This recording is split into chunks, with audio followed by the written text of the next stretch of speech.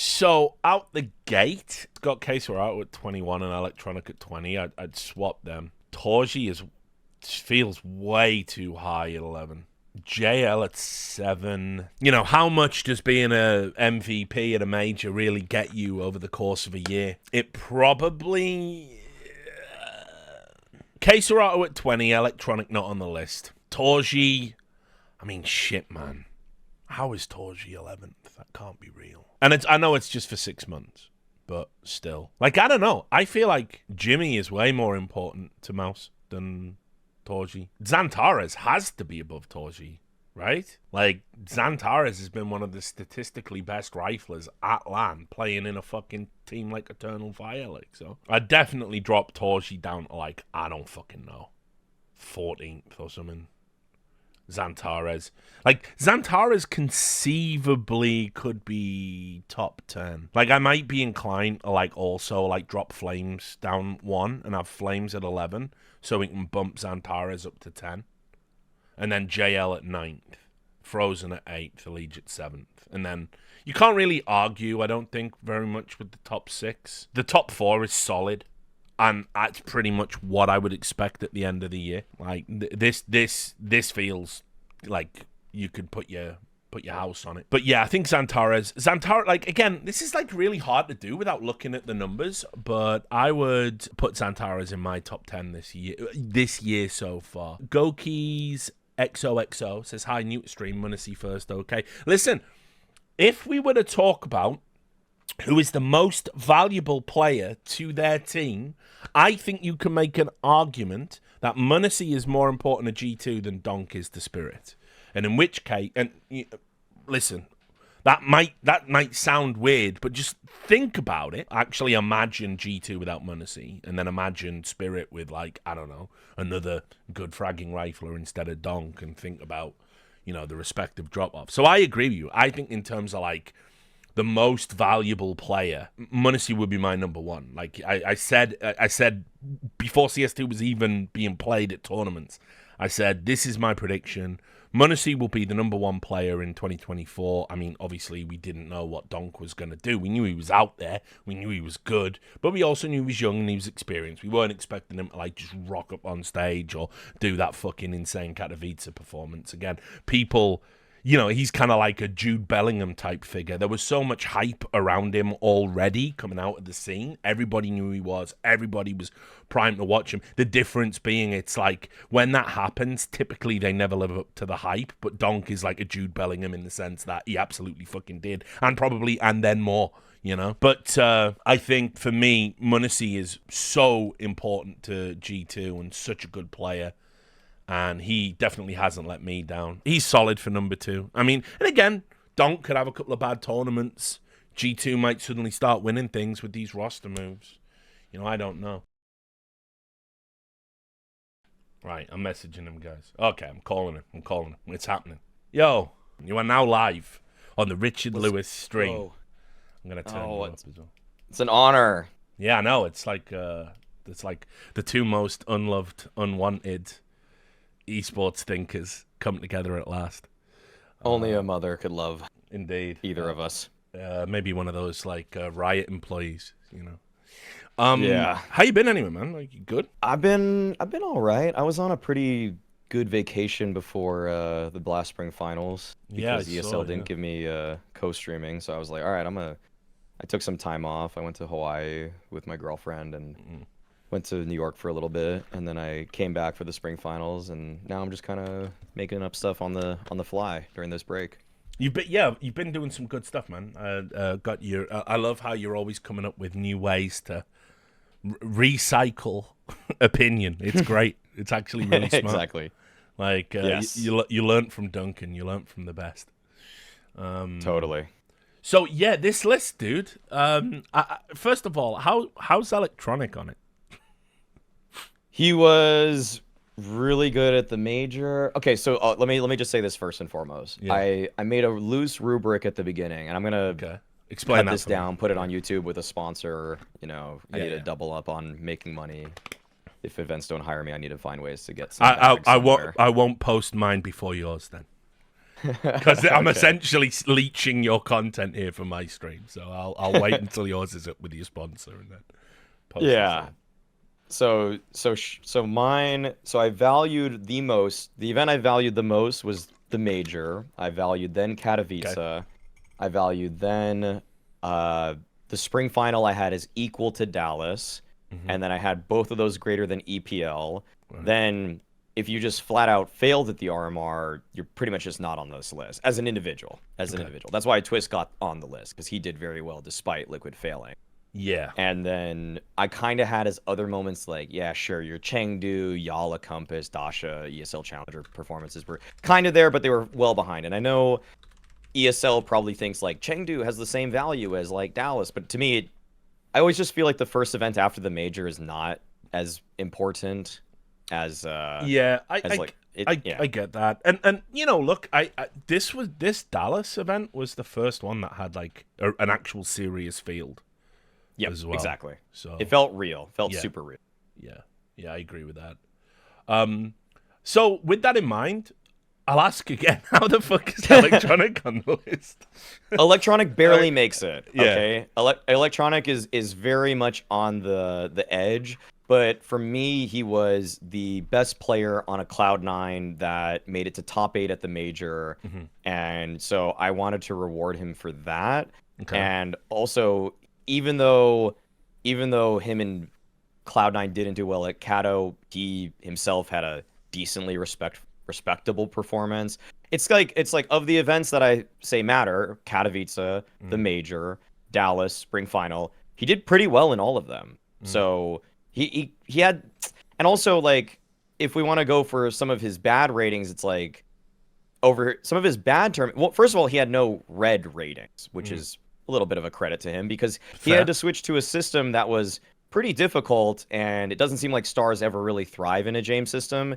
And yet, at the events that I value the most when he was on it, Dallas in spring final, 1.18 at Dallas and a 0.97 at the spring finals. Again, the spring finals not great, but I was looking through like other people who I wanted to put higher than him. Like K Serrato was a name that I showed right there as 21st, and like it's just that K Serrato didn't go far enough in any tournaments. He didn't really help carry his team to any deep performance. He's only fucking human, man. Like, what? Yeah, that's true. Like, That's true. First it was bad enough when it was like Art and Fallen, and then it was Fallen and Kai. Like, what do you want this guy to do, man? Like, fucking Clark Kent couldn't fucking do anything for Furia right now. Like, so then I guess names that could have maybe done better than Electronic. Like, I kind of briefly thought about like, okay, 22 through 30, who would be on that list? And you're looking at people like Stare, like James, like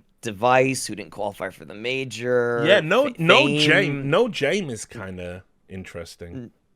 Nerds, I guess, would have been an interesting one. Yeah. Like Stown, maybe. Rops? But Rops maybe. Rops could have possibly been on it. But at the events that matter, Rops was not the same Rops. Also, like his major just 1.05, Kato 1.08, and then Dallas in spring finals. In the 4 events that I valued the highest, Rops did not do well at really any of those 4 for his standards.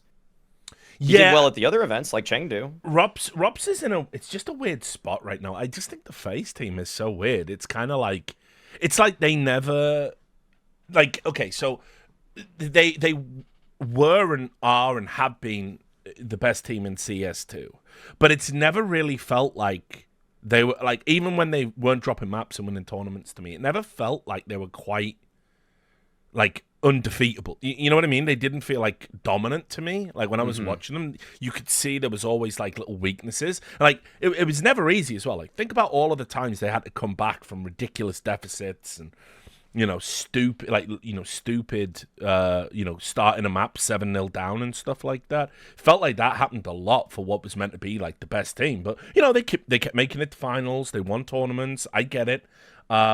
The major getting away from them is crazy. Ridiculous veto in the final, and then Carrigan just, I don't know, like nightmare fuel performance. But I mean, yeah, Rob's, yeah, he definitely has had a drop off, but again, I kind of feel like, I don't know, he probably, like, he might be my 20th, 21st as well. I would definitely have Queserato above Electronic.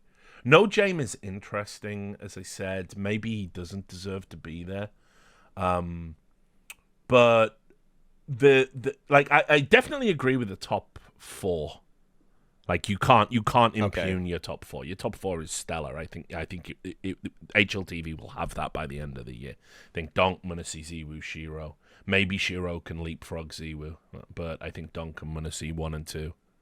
Truthfully, I felt pretty confident about everything that's 11-1. Like I think my 11-1 is very accurate, but I think that the one that's interesting in that is Elige, because he had a bad major, but everything else he's just been ascending.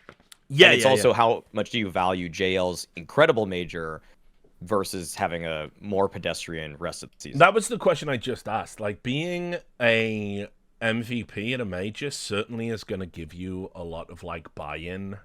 But JL at 7th for me is too high. And I can see why, if you value the major less, then that would make sense. His spring final was really good. His Kato was kind of but I value them. I'm just gonna. I value the major quite a bit. In a 6-month window, the major is just so far by and away the most important of them. Yeah, which is fair. I mean, like, it's just kind of, when you look at the numbers since he joined Navi, like, his major numbers are just monstrous. But then again, he matched them at these Blast finals. Like, he actually matched the numbers again. Yeah. Okay. I'll almost put it like this: my 1 through 6, I'm totally confident about that ordering, and then 7 to 8, it's pretty much. Do you think Elige had a bad major? By the way, Elige had a bad major. It's almost like they're inverse of each other. JL had a great major, more average the rest of the year. Elige had a very bad major by his standards, but very good everywhere else. And I give the edge to. I think over the course of a year, if it's like that, if you just do really well at 2 majors, then you're going to put me in a tough position, because it's like versus like 1 great major and 1 good great spring finals versus Elige. The body of work is more impressive over the course of it, but like choking in a major for your standards that's pretty damning. Yeah, for sure. And by the way, I don't. See, it's tough. I know Jason was just on the stream earlier. I hope he sort of forgives me. There was like a weird vibe around the complexity guys once they got to that position where it was like you had the 3 rolls of the dice. They had the 3 lives, and it was just like there was this weird air of inevitability around them. You could just see that they didn't believe it themselves. They knew, like, we're not going to make history here. We're not going to go through to the next round. And you could sort of see it.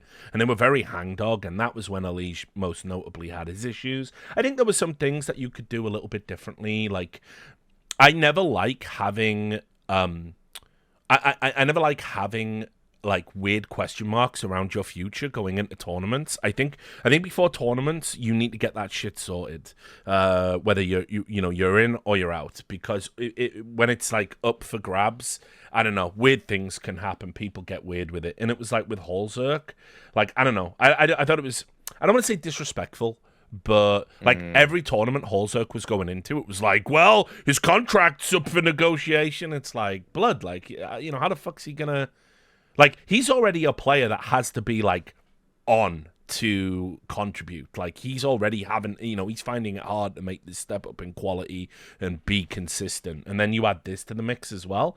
And then it was all meant to be resolved after the major. And then it wasn't. And then he went to another tournament. Well, his contract's still up for grabs. And then obviously they've announced it now. But it's like, I know, the vibes were just a little bit off with complexity. Like, I didn't believe. And obviously that mouse game was like, I mean, that was catastrophic. That just shakes you to the core, right?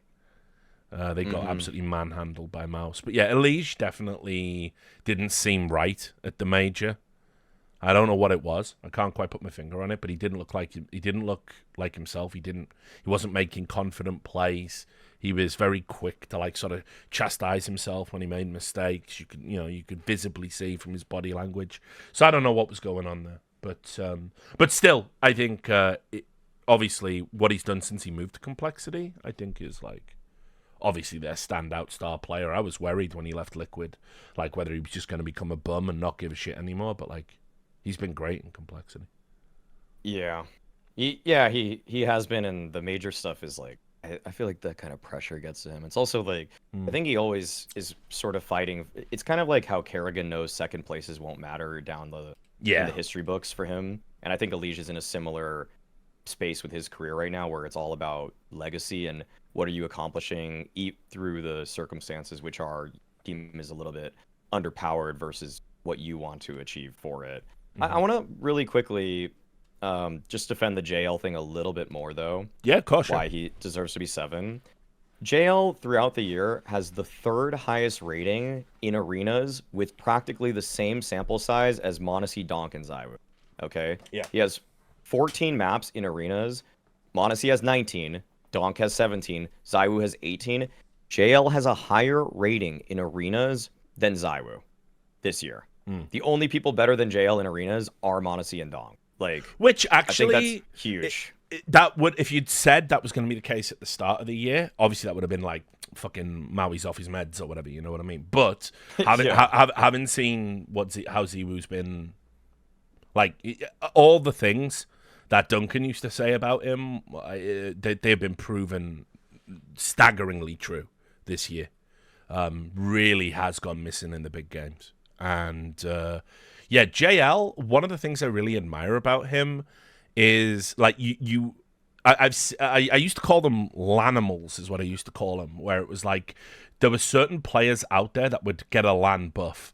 They just had that attitude, that swagger.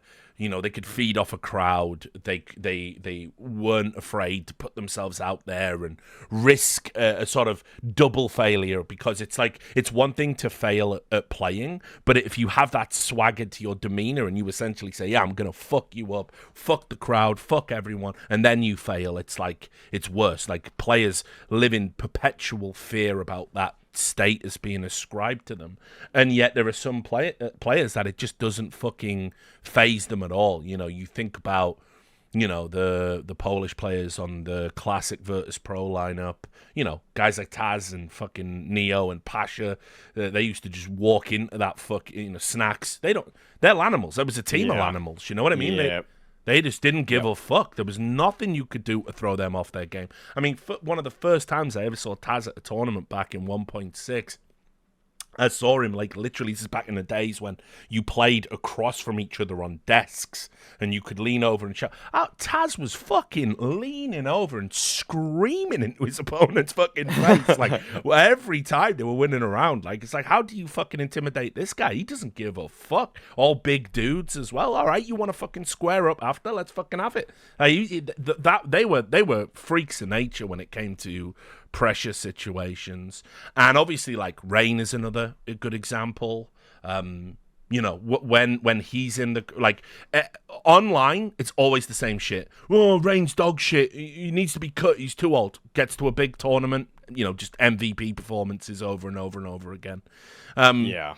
And it's like, you know, there are players who do that, and I see that with JL. By the way, watching it live, seeing him, like, you know, leaning over at the end and triumphant, and, like, you know, every time they were winning rounds, screaming, he really fired. I mean, like, in the final, mate, his spirit was indomitable. Like, he was fucking great, and I got a lot of respect for him. I know like Duncan and him have this thing, but I don't share any animosity towards. Mind you, JL hasn't said anything stupid to me either, so, you know. But I definitely think he's too high at 7. But I all the things you've said, I agree with in terms of, like, how well he does in the big occasion on the big stage.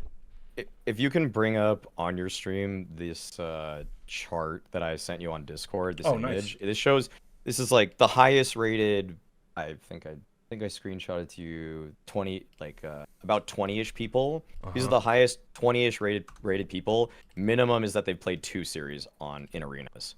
So you'll see like these are arena rating. And yeah, for JL, it's just absurd. It's just flat out absurd where he stands in this group of people who are seemingly big stage performers as of this year. Yeah, that's pretty crazy actually. Like when you see the numbers. Yeah. You know, I mean, what isn't crazy though? By the way, Flames. What a Oh yeah, talent he's developed into.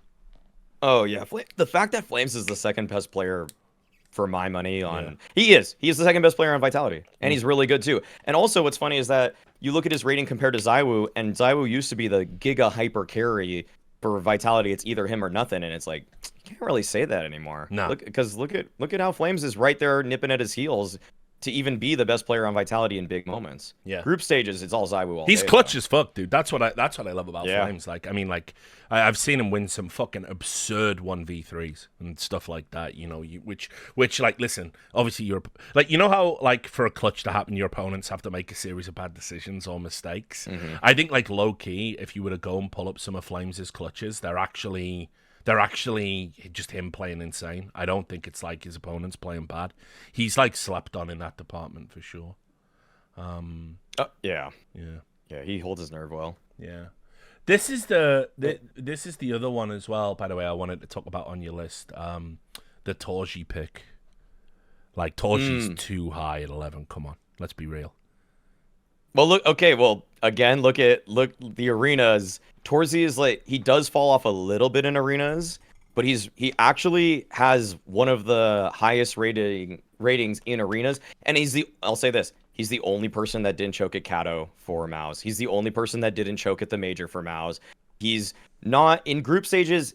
It's Exertion that steals the show. It's Yimpat that steals the show. Yeah, but it's Torsi. Torsi is just, in a funny way, he's just a really stable opper presence for them. And it's weird because when you see somebody that's the 11th best opper in the world, or 11th best player in the world, and they're an opper, you expect them to just take over games and be such a menace I think you expect them to be streakier. And the thing is that Torsi kind of gets he gets a more like, he's more composed in the fact that he goes 17 and 13 very often and doesn't matter the stage. He's just putting up solid numbers regardless.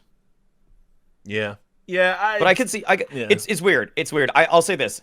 Okay, what I did with this list, I made the whole list off of vibes. Off of literal vibe. Like I did a no stats. Mate, after your fucking Stewie 2K take on fucking Hot Take Point, mate. by the way, that episode was a fucking car crash. I loved every second of it. It was fucking hilarious. Oh, it was amazing. It was hilarious. That bit where Duncan like just slowly, like, you could just see he was like, actually the respect levels for Kassad just dipping like the entire time. Like, yeah. But yeah, man, fucking vibes. Come on, hit me with the vibes. Well, so when I made this whole list I made on stream, by the way, and I basically listed 30-ish people that I wanted in the beginning, and then I just said, okay, I'm gonna just start ranking them 21 to 1, kind of without using really any stats and just memory and just kind of thinking about how good I think they are. And Torsi was more in the 21 to 19. Yes. And then I started digging into it a little bit more, and I was like, okay, wait a second. It's weird because you just kind of think of like, oh, big moments like Kato in the major, everybody's choking on MOUZ, but then you actually look back at it and it's like, actually Torsi didn't choke in either. He's the one that's holding on. And again, I value those moments more than other moments where normally, like, if I said who do I think the best player is on MOUZ, I'd be hard pressed between oftentimes Exertion and Yimpat. I think they're both phenomenal for their roles. Yeah, that's what I said. I said I think Jimmy's the most important player on MOUZ actually. Yeah, and I can, and that's yeah, as an individual in terms of fragging output, I kind of agree with you in a lot of ways, but Yimpat had horrendous stage moments. Yimpat, okay, on this same kind of list for how much worse in terms of the delta, Yimpat's one of, let me see, of all the players that have over like 2 or more series in arenas this year so far, Yimpat is like the 7th worst in terms of his normal rating versus in arenas. He really, really falls off, and yeah, that matters to me. That stuff is which is fair. Yeah. I mean, I think like MOUZ are just such a weird team in general. As I said, like when they hit number one, it's like, so I did that thing where I was like, no, yeah, actually, yeah, MOUZ are the number one team in the world. Of course they are. And then like I watched them play like next out and they were garbage, and I'm going, were they ever number one? You know, like, was it just caught up in a moment? Because it's like such a cool story to see all these academy players like get to that level. But like honestly, like I don't know how you fix the stage fright issue. I don't know how you get past that. It used to happen to like Astralis, where like the big chokers, and they had to change the roster. They had to change the roster. I mean, they did everything to not be these perennial semi-finalists. And MOUZ, just like, it's not even a case of like, they can win an ESL Pro League. You know what I mean? Yeah. Like, it's just not an issue. Like 80 people in a room, like, you know what I mean? Yeah, great. Big occasion. Any pressure, they really struggle with it. And I don't know like how you fix that. It's weird. It's weird because Shuhei, despite taking Gamer Legion to the grand finals of Paris, I thought he would have brought some of that wherewithal, that almost like he's beyond his years in terms of big stage experience because of that, but he hasn't been able to carry those leadership qualities to MOUZ in the big moments. And I'm that's where you need those sports psychologists and need to actually address the problem head on, because when so many people are just like, no, we don't feel the pressure, and then they just fall as hard as Nafany did, where he's like, I don't feel pressure, I don't feel it. It's like, shut up. We all do. You do. You have to acknowledge it to get over it, as you do practically any problem in life. It doesn't go away by you just saying it doesn't exist. Yeah. And I want him to overcome it so bad, because it's like a really, really, again, it's a great story, but I just feel like, I feel like the fucking top 10 in general, I was just saying before I started looking at your list, like, I think anybody could make like 2 fucking roster moves and basically be locked in to be like the best team in the world, like number one. I think it's like a really strange top 10 right now. I don't want to say weak, because everyone always gets bent out of shape if I use the word weak, but it might be weak. It might be conceivably weak. I feel like everybody, the top 10 right now, it's that every team has some sort of flaw and they have some strengths. I think people are in a weird way sort of specialized, where if I look at the top 5 right now, I actually feel like, for example, FaZe might be the most well-rounded team, but I'm not sure if I can rely on them for really any player to consistently pop off always. Like, it's strange. It's a strange time right now, and I kind of see what you mean, because, for example, if you take out... But it's also hard to really put your finger on what would you change about a lot of teams, other than Navi. Yeah, well... I would change pretty easily. What, that Immi for simple? Immi. Oh, well, Immi for a lot of people. I would take Immi out and put in, like... If you put in Yimpat, it'd be insane. If you put in T side, it would be cool if Yimpat's in there. CT side, man, there's a lot of rifles. I mean, I saw you tweet during the finals. I just saw like Agent Immi on my fucking timeline with your like grinning face. I was like, yeah, you fucking. And listen, this is another example of like it was a Reddit thing, 100%. Like I know people can't believe this, but like, the fucking community jerked off about this guy on the basis of one major performance, where it was like the worst, one of the worst majors just in terms of quality of teams, like all garbage, fucking, Hi, and now for your top 8 at a major, Into the Breach. Like, get me the fuck out. What is this? Like, CCT Cup or something? Like, fuck this. CTE Cup more like. I fucking couldn't handle Paris. Like, it was fucking garbage. But anyway, like, he got memed into this, like, Navi job, and everyone was like, oh my god, this is it, firepower. And he's just like, sometimes the job is too big for, like, what the player actually is. And all of the fucking, little statistical anomalies, like, you work, you want to have a good career, you work your way up. Navi is one of the biggest orgs in the world, one of the top teams, decorated, venerated. You don't just jump to that from like, no, he fragged out at fucking Gamer Legion for like 8 maps. Like, what? What are we doing? And they did it with like fucking Hooksy. And, did it fucking, guys, you got to stop. Like, you got to stop really overrating these players. I mean, so you would just cut him immediately? Yeah, he's not doing his job on side of. He's well beneath what he should be doing. He plays a lot of good spots on CT side and is kind of a hole for them. So I wouldn't. He fragged out against FaZe. He gets these random pop-offs, I guess, but like I find that when Immi does well, a lot of times it's also due to good calling, like a good T side, versus I think his I just feel like his CTs are. Wait, let me check actually at this. Yeah, go on. You can link me the numbers as well. I like that you actually do research. Me, I am the vibes analyst now. That's how I'm rolling. I'm gonna rebrand myself. Duncan's the esports historian. You're the edgelord, the new edgelord, and I'm gonna be the vibes analyst. That's how it. Well, if I want to like look directly at arena numbers, he's the worst for Navi as it stands. He's got a 1.00 in arena. Alexi's worst. Obviously, but I mean, yeah.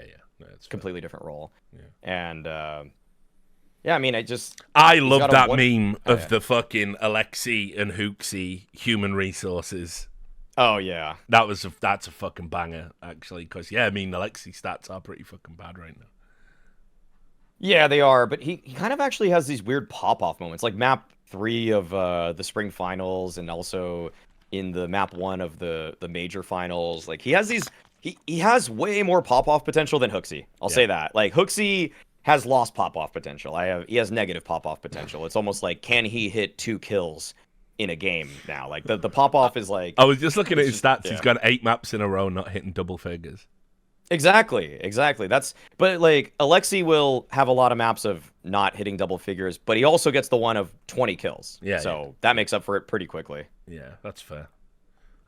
So, I mean, yeah, but like, I just feel like, I don't know. Like, put it this way, if Virtus Pro are the 7th best team in the world, like, it is not a good top 10. Okay, sure. Astralis at 8th. Complexity at 9th right now. It's like, I don't know. Because I don't buy this Valve thing about Mongols being the 6th best team in the world. Like, grow up, guys. No, they aren't. The prize money stuff is just ridiculous. Yeah, for sure. That's a fucking... So, look, the only other thing I would criticize this list for is, what I would do is I would bump Torsi and JL down a little bit, and Xantares would be in my top 10, I think, this year. I think that's fair. If I he'd be 10th. Take those, I could see. I think JL. I'm actually not budging on the. I don't think I'm gonna budge on the top 7, 6, or I won't budge on the top 6. I could see room for it to move around the 7 to 12 area. Yeah, I could see that happening. I actually think that when you brought it up to my attention, I think the most indefensible thing on this whole list is Electronic. Yeah, there you go. I just his major was really impressive to me, and I gave him more excuses, which probably is that doesn't really. You've always had a thing for him, dude. Like, I mean, shit, man. I remember your reaction when he fucking Chironic. Yeah, the Chironic. Yeah, you fucking loved that shit. I mean, I did. Like, I don't know. He just doesn't seem like the same guy since he left Navi. I don't think he's not the same player. Don't know what it is, but whatever. Yeah, K-Serato could maybe be 20th in a world, and then Electronics out of the top 20. That was Mauisnake dropping by the stream. Obviously, a friend of the stream. Good to just hang out and catch up. Obviously, Maui's someone whose opinion I value very, very highly. If you haven't already followed him, go make sure you follow his YouTube channel and his Twitch stream now, which he's using more and more. It's all just Mauisnake. It's all similarly branded, so go do it.